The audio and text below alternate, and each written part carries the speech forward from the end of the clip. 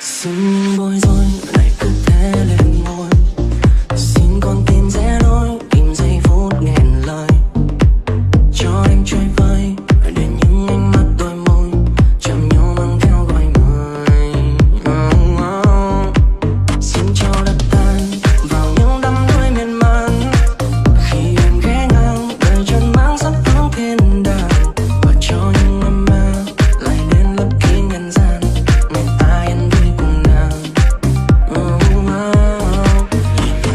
Đêm giữa trong mơ cùng tìm kiếm bao ý thơ, đêm đắm say trong tiếng nhạc ru dơ, hồn xa theo bước ta ngân ngơ, dù ngàn kiếp ta vẫn chờ, chỉ cần có phút giây để trao yêu thương. Yes baby, it's always you. It's always you. It's you. It's always you. It's always you.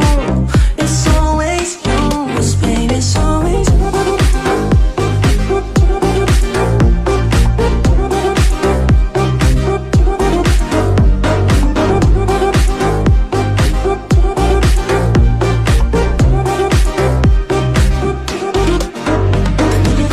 Bao nhiêu sự trên đời, những lời từng càng nghìn kiếp khi ta một giây bên người, vì chỉ cần một ánh nhìn mà em trao, là tuổi xuân của ta như hóa được thành chiêm bao. Với những sớm thức giấc nghe em bên ta vui cười, cho em ta ngây ngất dù tay em qua đôi lời đầy ngọt ngào và trong veo, cùng hòa làm trăng sao, dịu dắt đôi tim bên nhau đi theo bay từng dâng trào. Ta xin tiếng đôi mà dừng tiếng nắng để chút hơi ấm của em, xin đổi đi yên tên đỏ xanh tiếng những thứ hàng trăm người thèm, bởi cả ngàn điều phủ phiếm đôi bằng một thoáng môi mềm, khi đời này sẽ mang đầy lời tiếc nếu không có nàng ở bên. Nhìn em ta mới thêm yêu từng khoảnh khắc, mang hết tương tư dấu vợ theo từng bản nhạc, để mai này tình nở những muôn hoa không tàn sắc, lưu giữ mãi nơi này một câu chuyện ngàn năm.